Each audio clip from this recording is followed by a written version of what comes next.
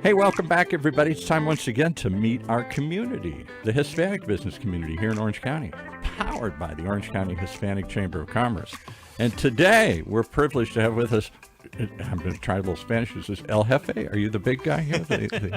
I guess so. That's one of the nicer things people call. Ruben Franco, welcome with a very special guest today. Oh, yeah, absolutely. Hey, welcome, everybody. Thanks for being on our podcast, our community podcast. We call our community is your community. So we just want to reach out to our community. We think we have a fabulous community here in Orange County, and we're blessed to be here at UCI. And we're blessed to have a great guest today, Enrico Lopez-Yanez, who's our principal Pops Conductor here at the Pacific Symphony, among other things. But we like to, kind of usually start our podcast just by you telling us a little bit about yourself personally. Oh, sure. So just give us a little bit of background, because I'm not sure everybody knows who you are, where you came from, where you were raised and where you went to school and all that kind of good stuff. Happy to. Well, I grew up primarily in San Diego. So I was SoCal raised and went to high school there, but then up to UCLA for college, where I studied trumpet. Go Bruins. Go Bruins.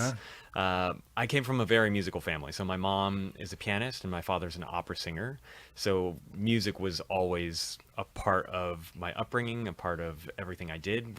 When I was young enough, had the fortune of traveling the world with my dad, and we went everywhere that he did to perform. And he sang a lot in Europe, in Australia, North and South America, Asia, everywhere from the Metropolitan Opera to the Sydney Opera House. I mean, all the major places around the world.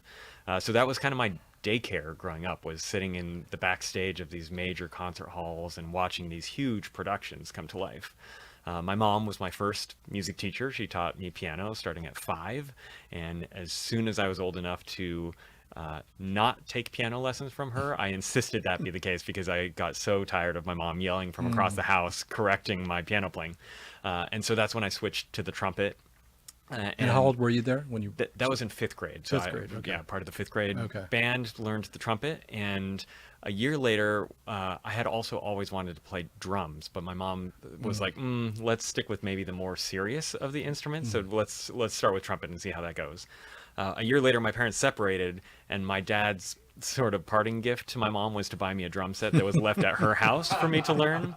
And so I started, playing in rock bands and oldies groups, and on the trumpet, I played everything from mariachi to klezmer to oldies and jazz, and just a really rich plethora of different styles of music. Right. And little did I know that would eventually translate to what I do now as a Pops Conductor, which is leading orchestras in all the non-classical genres. So it's collaborating with rock artists, with hip hop, with gospel choirs, with jazz ensembles. And that sort of musical upbringing just happened to be what I loved in my childhood. I did that all throughout college. I went to UCLA for trumpet, and also got a master's there in trumpet, and then had been exploring conducting a little bit on the side and realized, I think that's what I want to go into. And so then I went to the University of Maryland outside of DC to get my degrees in conducting. And my first job was with the Omaha Symphony. I won their assistant conductor position. A few years later, won a position down with Nashville Symphony, and eventually became their principal Pops Conductor. And now I have the fortune of working with a whole bunch of orchestras.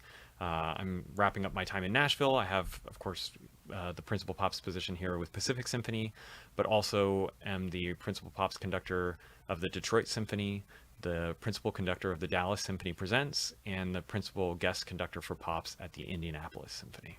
Well, how do you get the inspiration from being a musician to wanting to be a conductor? I mean, how do you take that leap? What inspired you to do that? Sure.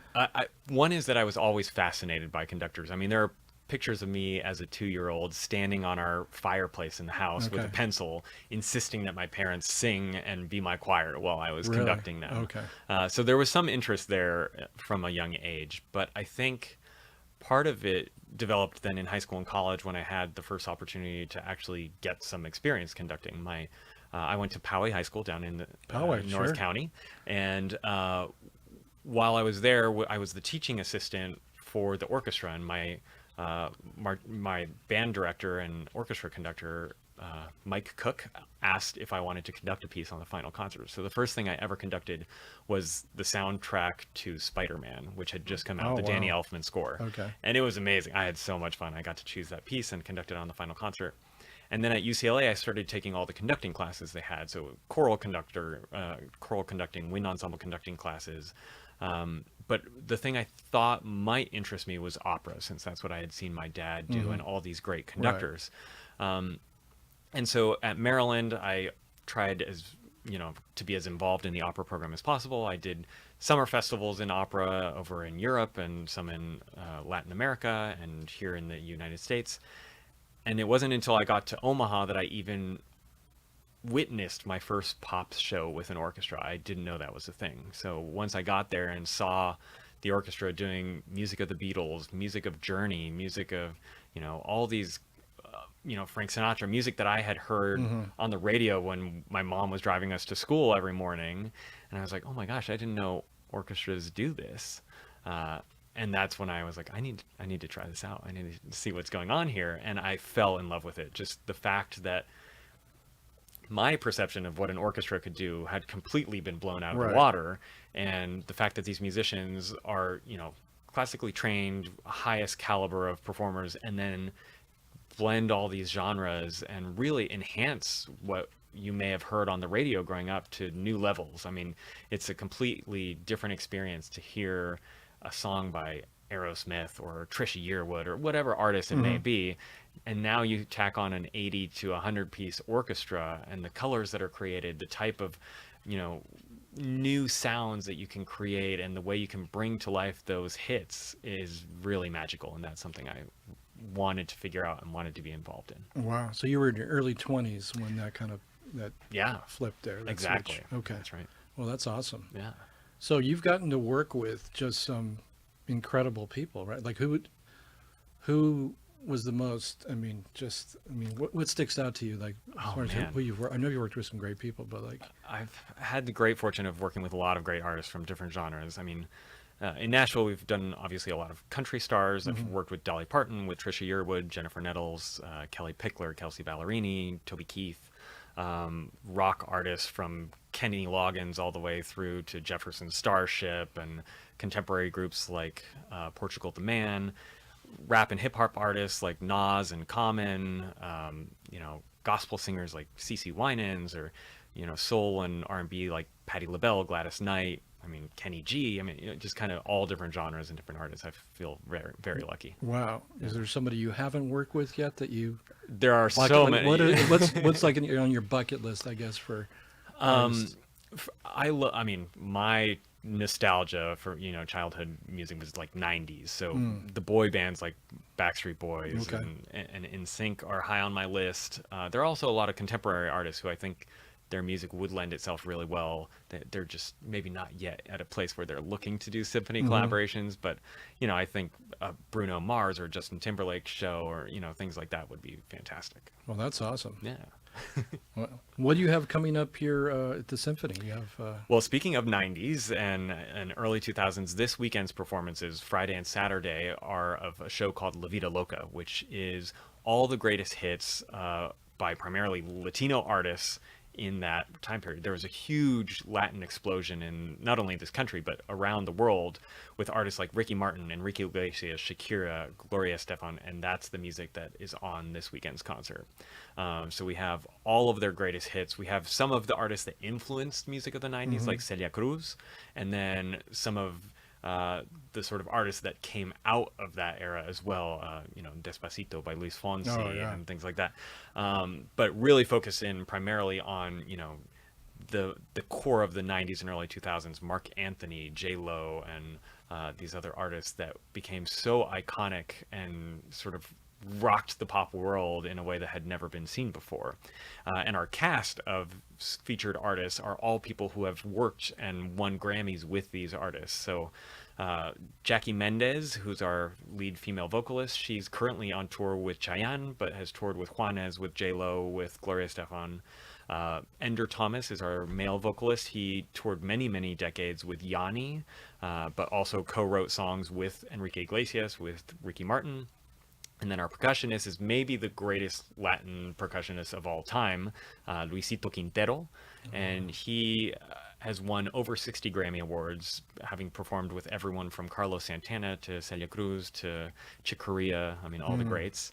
And then we're welcoming back a trumpet player who played with us last season on the Arturo Sandoval show called Latin Fire. His name is Jose Cibaja. He was Ricky Martin's trumpet player for a decade, right during the height of the 90s and his big explosion. So the iconic recordings of Ricky at the Grammys that sort of blew everyone's mind, that was Jose Cibaja playing trumpet and all the crazy trumpet solos at that time. And we got to hear him last year with you. You got to hear him last year. It was awesome. Yeah, and this year he'll be doing something that's really even more in his element than what we heard last year, which was a little more classical and jazz leaning. This year it's the, wailing, screaming trumpet high note stuff that, I know that you're a fellow trumpet player. Well, I tried. I wasn't very good, but I did have illusions of being Herb Albert or there you go. Chuck Mangione, at least for 10 minutes. There, Perfect. Right? Yeah. Well, after this weekend, you'll maybe have aspirations to be Jose Cibaja because you'll hear some pretty impressive stuff from him. This weekend. I can imagine. So, who were your influences when you're as a musician? Who influenced you as a musician? Yeah, I mean, as a trumpet player, I was a huge fan, obviously, of Wynton Marsalis and people, some of the greats like that. My teacher at UCLA, Jens Lindemann, who is still one of the leading soloists in the world. And actually, Jose, I was a big fan of and met when I was in college. So I've known him now for well over a decade. We met at the International Trumpet Guild competition up in Banff, Canada, one year when I was in undergrad. And then when I moved to Nashville, one of the first concerts I ever conducted was a Summer Parks concert, and Jose was subbing in the orchestra. So we reconnected after many years, and he happens to also be the trumpet professor at Vanderbilt University in Nashville. Right so Nashville, so we got reconnected, and then that's what started sort of the development of all these different concerts that we've done together ever since then. Well, that's awesome. Yeah. And then from the conducting side, who's been your influences there? Man, I mean, a lot of the historic greats, people like Carlos Kleiber, and I was a very big fan of Karajan and Lauren Mazel, and now people like Gustavo Dudamel, and but for the pop side, I mean, people like Eric Kunzel or even some of the living people, Stephen Reinecke and Jack Everly, who I've had the great fortune of working with and collaborating with, and they are the inspirations that I have today of great conducting, great artistry, great arranging and composing. Also, that's a big aspect of Pops conducting. Is a lot of Pops conductors also do arranging and writing, because this is very much a living art form. So we are creating new shows, new collaborations constantly, not just reinterpreting Beethoven or Mozart. So we are having to come up with new material for the orchestra all the time. So on this weekend's show, all of the arrangements were done by Jose and I. So you'll hear all brand new original arrangements of these classic 90s hits in a completely new way that was written just for this show. Yeah, we don't think about how much work goes into, you just don't play, show up and play. That's right. Right? You had to go. So how many hours does it take to even do something like that? It took about a year to build this show. Really? Yeah. So I started writing charts for this over a year ago now. The show premiered in November in Indianapolis. But it was a year prior that the sort of concept came together. We started to choose the set list and then actually write the charts. And that's, of course, partially because that's not my full-time job. I'm on the road conducting constantly. So it's always, when I have a few minutes here and there on a laptop in the lounge or on an airplane, I pull it out and start writing a few more notes down for the next arrangement. Wow. But, it came together, and we have this incredible 2-hour show that's super high energy. I mean, it is everything from encouraging people to dance the Macarena to sing and have a great time, do the conga, and it's trying to capture that energy of the 90s and early 2000s Latin explosion, which was all about passion, dance, singing, and having a great time. Oh, wow. That's amazing. Yeah. Hey, I'm not going to try to run down all the different places you do the Pops Conductor, but why don't you tell us about some of the other organizations you're at? I know you said Nashville and some others, but Yeah, so I've been in Nashville now. This will be the end of my 8th season. Okay. So that's wrapping up there. The same time that I started here at Pacific Symphony, I also then started with the Dallas Symphony there. So I've been wrapping up my 2nd season there, and then started a position this past year, or I guess a year ago, with Detroit, and then now this season with Indianapolis. So I jump primarily between those, but in between that, work with orchestras all over the country and North America. The week before, I was conducting in Toronto, and then work frequently at the Kennedy Center and other orchestras around the Baltimore Symphony, so all over, in the spare weeks that I have in between being here and at my other home orchestras. what's kind of the coolest venue you've worked at? They're all so unique. I mean, there are ones that are historic. The Kennedy Center has a lot of history and tradition. Being from San Diego, I was really excited about conducting during the opening week of the Shell that they opened a few years back ago, the Rady Shell. I'll be back there again this month, actually, at the end of the month, doing 2 concerts with the San Diego Symphony. One is called Music of the Nights, which is all, the great knighted composers like Elton John and, British royalty of music, and then the Music of Dolly Parton concert, which we'll be opening our pop season with next season here.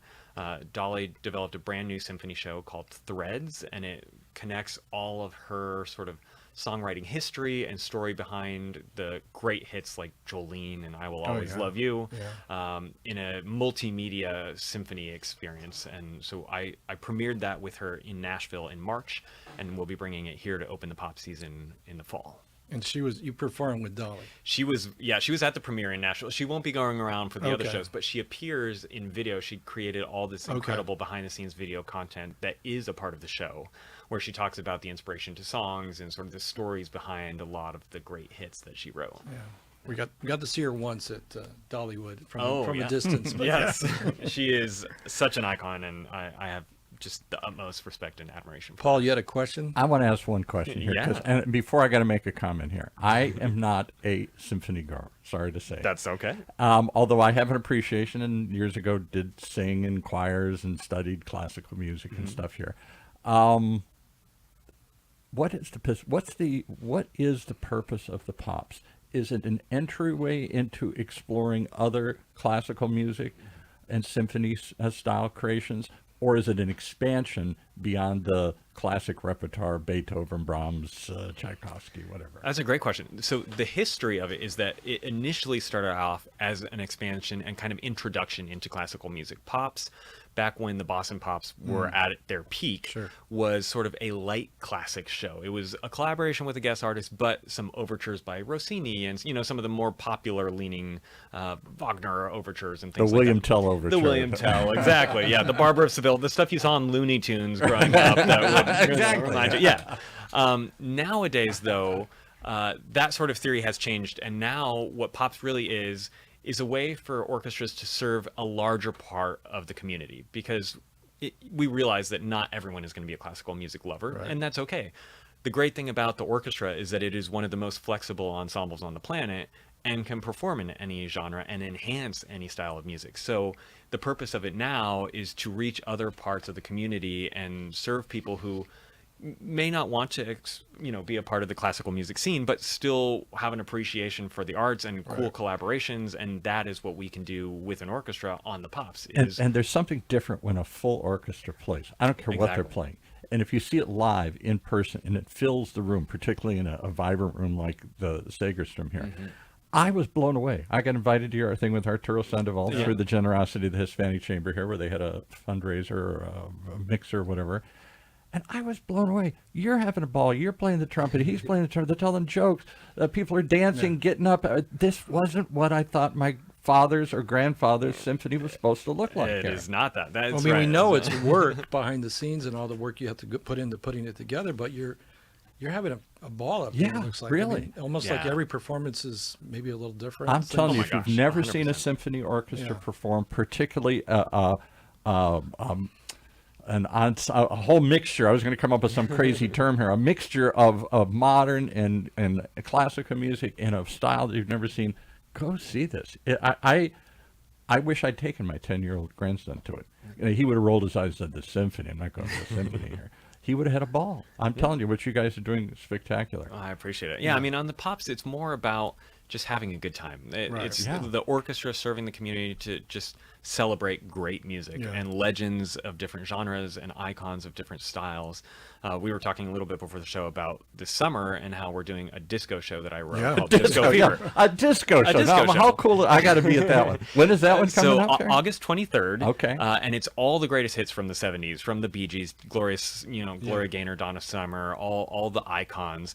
There will be an onstage dance competition. Audience members are encouraged to dress up, have a good time because it's outdoors. So, bring the family, dance. You're doing it outdoors. You're not doing in the... Correct. It's not at Segerstrom. It's part of our summer fest, which happens outdoors. Out in the courtyard. No, you're doing it at the Great Park or something? At Great Park. Oh, Great Park. Exactly. Okay, gotcha. So we do several shows out there, including like one of the Star Wars films in concert. We're doing some classical, a little bit of everything. The one I'm doing, though, is this disco show, and it is just a blast. It's all about having a good time, dancing, singing, and definitely not your grandfather's symphony concert. Yeah, when you mentioned Detroit, Paul was raising his fist. I'm from Detroit. Motown. Detroit. Do you ever incorporate? You must then bring in Motown elements. We've done a lot of Motown shows there. Yeah, exactly. Yeah. And it's just so much fun. I mean, Motor City is a great place to make music because it is so storied and so much history from the recording scene that happened there, not only in the 60s and 70s, but beyond. And do you find other crazy You mentioned klezmer music. I have a friend who's a professional musician. He's plays prog rock in a pretty successful band. And he loves klezmer music. Yeah. I don't even know what it's like. It's like Jewish folk with... Yeah, exactly. And don't they play with like what? Well, I mean... Do they play with kazoo? No. No, I mean, the ensemble, a lot of different historic instruments. I mean, clarinet is one of the most predominant instruments, and then drums, of course, and other instruments. Right. My mom actually runs the San Diego Jewish Men's Choir, and so that was why that was a big part of my musical upbringing, was playing with her, and I've recorded with them on several of their albums that they released early on in their time. We do a show with a guy named Barry Saywitz, who owns hundreds of apartments here, a wealthy guy, done commercial real estate. And apparently his father in their development company years ago did a thing with the Pacific Symphony, the 4 Jewish tenors instead of the 4 Irish tenors. There you go. Yeah. And they were singing a lot of that kind of stuff. I didn't know that. I didn't know that either. I learned something. There you go. Yeah. So from Paul, I learned something from Paul. Do you try and come up with really unusual, eclectic? I mean, disco. I would never think of that in a symphony here, or klezmer music, or any of these other things that I wouldn't think I'd find in a symphony hall. I mean, that is my goal: is to find new collaborations, to create new sort of genre bending.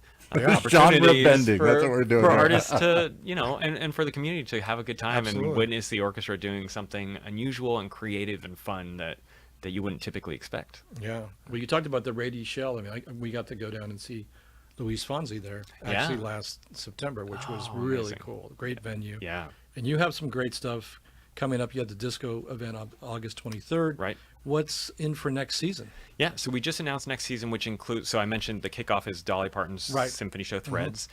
We do an annual holiday concert. This year will be a fantastic singer and pianist called Tony DeSere. He's doing all music of the Rat Pack for the holidays, which will be a lot of fun. And he's a spectacular piano singer. Ain't love a kick in the head. What a great choice. Yeah, I love that. We also have shows like a Music of Journey show, so we'll be featuring all of their hits like Don't Stop Believin'. We're doing a live semi-staged version of the Broadway show My Fair Lady in concert. Danny Elfman's great film scores will be brought to life with the symphonies. That's another thing that I think is so much fun. If you haven't heard film scores done live with orchestra, it's like Oingo Boingo too or something. We got to hear the Star Wars with you. Actually. That's right. Last season that was our awesome. kickoff. Yeah. And then one that I'm really excited about is the 3 Mexican tenors, which one of them is my father. So we're doing that show next season, which will be very special to me. The concert features on the first half traditional sort of 3 tenors repertoire, some opera, some Broadway, but then the second half focuses all on different styles of Mexican music, ranging from mariachi all the way up through Mexican pop stars like Luis Miguel, Juan Gabriel, and all the greats. So we rarely pre-book shows that far out in advance, but you got to come back Yeah. and bring your father. Absolutely. I'd be I happy want to. I want to hear him talk about this. Sounds great. Journey. I can do that. That for would sure. be awesome. Yeah. Yeah. Very special. Do people like your father sort of laugh at this or put it down, or is this do the musicians embrace it? I mean, because they're playing what's arguably the most complex, difficult that survived for centuries, and now they're going to go play Oingo Boingo, or they're going to go play disco or something. I think what a lot of musicians, well, first of all, the Pops world has developed in such a way that now there are some really fantastic composers and arrangers writing very, I think, musically fulfilling arrangements of these things. You know, early on, arranging for Pops wasn't great. It was a lot of people trying to just take a keyboard part and sort of spread it out amongst the orchestra. So it was a lot of long notes, and you were just kind of that synth bed behind. Right. But in something like a disco show, I mean, if you go back and listen, all of those original disco hits have great string charts and great string writing. Because most of them aren't written for bassoon. No, and same thing with Motown. I mean, that is all music that had these incredible backup bands with full brass section or string section. So now I think a lot of people are making an effort to really highlight that and actually expand upon it, so that it's one, very fulfilling for the musicians to play, and then brings to life even newer, more imaginative arrangements from what we heard on the radio to the orchestra live, which makes it really special and unique. Oh, that is awesome. How cool is that? That's All right. very cool. Well, I guess I got to put a shout out to it. I went to it. I was blown away. You're a lot of fun. The group's a lot of fun. It's a fun venue and a whole different way to experience a symphony, which is a spectacular thing to see anyway. Even though I don't go, I appreciate the fullness. How many pieces in a symphony? 30, 40, 50? Oh, no, 80 80 or so. Yeah, I mean, depending on the show and how many Right. people we can fit physically on stage. So we pack it in. You get your money's worth. You get your money's worth. That's It's a big sound. Yeah, we're just used to amplified 4 or 5 piece or 10 piece or Right. something or whatever. Yeah. Yeah, and we're blessed to have just an amazing facility here, right? And Incredible. gorgeous. Just the, I mean, we got to do, and Pacific Symphony was one of our awardees for our Estrella Awards There you go. this past year. Because I mean, being a great partner, and Yeah. you know, and so we're all in when it comes to highlighting what you guys do and you know, supporting what you guys do, and because you guys support us I appreciate that. as well. So it's a great partnership, and we want to continue that and continue. Anytime you're back in town, we'd love to have you here. Like Paul said, happy to. you Bring and Dad. and your- Oh, yeah. Bring bring your Dad. dad or your mom, maybe Yeah, even right. too, because don't forget mom. That's But right. yeah, this was just fantastic, learning about what you're doing, what your background was or is, Thank and the fact that we both went to UCLA is kind of cool as well. But especially in Orange County, sometimes there's guys from the other side. Oh, The yeah, other right. side. That's right. But we're at UCI. So. So how do they find out more? Where do they get the schedule? Where do they buy tickets? Where do they see the lineup? Yeah, everything is available on pacificsymphony.org. So you just head there and you can check out all of the current concerts for this weekend. You can see Summerfest, which is all of those summer parks concerts that we're doing outside, and the classical and pop series for next season are also online. You can sign up for any of those concerts, and we can see you dancing disco or the Macarena, or, you know, just having a good time singing your hearts out, some concert near you soon. Do you ever do things with original pieces? Like, is that part of the regular symphony repertoire, not necessarily the pop symphony, where somebody creates some, I don't know, I always think of John Cage or something really oddball or something here, you know? Yeah, I mean, the symphony is constantly premiering new works, both in classical and on the pop side. We're often premiering new arrangements, obviously, with the actual artists themselves when they come. So next season, a dear friend of mine, Ben Rector, who was here on the Ben and Cody show last season, he's a fantastic singer-songwriter that, you know, is touring right now and playing all these major arenas. He's premiering a brand new show, and we're going to be one of the first orchestras to do it on the Pop series. See, there you go. It's in celebration of the America 250th anniversary. Oh, so yeah, it's that's right. and it's all these new songs that he's written while on the road about the different cities and states that he's toured, paired with then some of his major hit songs. So you'll get to hear some brand new arrangements that no other audiences have heard, There you and that'll be next that's awesome. February. And I'm That's hoping right, that I okay. can hear the forgotten trumpet maestro of Reuben Franco. The lost files of Reuben Franco. I think he's got some he's going to bring out for you here. That's not going to happen. But, I have thought about years. getting up with our mariachi band that we have once in a while, Yeah. at some of our events. See? Well, There you go. the Three playing- Tenors concert is going to have mariachi in it, so if you want to join them on stage, play some Good. fourth trumpet or Well, if something. they Yeah. play Ring of Fire, maybe I'll Johnny Cash there as well. That'd be great. Well, we want to thank you for joining us today. I mean, this has been Oh, it's just my pleasure. a lot of fun, and we do appreciate the partnership and what you've brought to the energy you've brought to Orange County, being our new Pops Conductor, being so young, because I know you're still in your early 30s, I think, which is it's kind of rare, right? Isn't that rare for a Yeah, I mean, you have to start somewhere. So Right. I mean, conductors some start point- at some point. at but some point, right? But but most of the people out there are a little bit older than I yeah, am, I guess. I was yeah, gonna that's say, true. yeah. So that's fantastic. It's great to see that, and I know we were very excited when you joined here about a year ago now, right? This will be the end of my second season. Yeah, so it's a couple of years now. Has it been 2 years? It has. Oh my yeah, gosh, I I keep losing track of time. Ever since COVID. Like, That's what happens when we get older. Yeah, I know that too. Wow, it's been 2 years. That's Yeah, fantastic. That's right. That's awesome. Well, congratulations. Thank you. We appreciate you being and being here in the community as well. And we look forward to what happens this weekend too. Thank you. La Vida Loca. It'll be a lot of fun. I hope you're all there Okay. and ready with your dancing shoes. Sounds good. Thank you. Thank Thanks, you so Enrico. much. I Thank appreciate you, everybody, for joining us.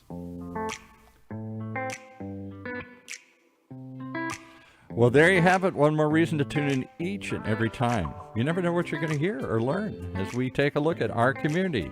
Right here in Orange County's only community radio station, OC Talk Radio, streaming live from our studios here at the University of California, Irvine's Beale Live Innovation Center.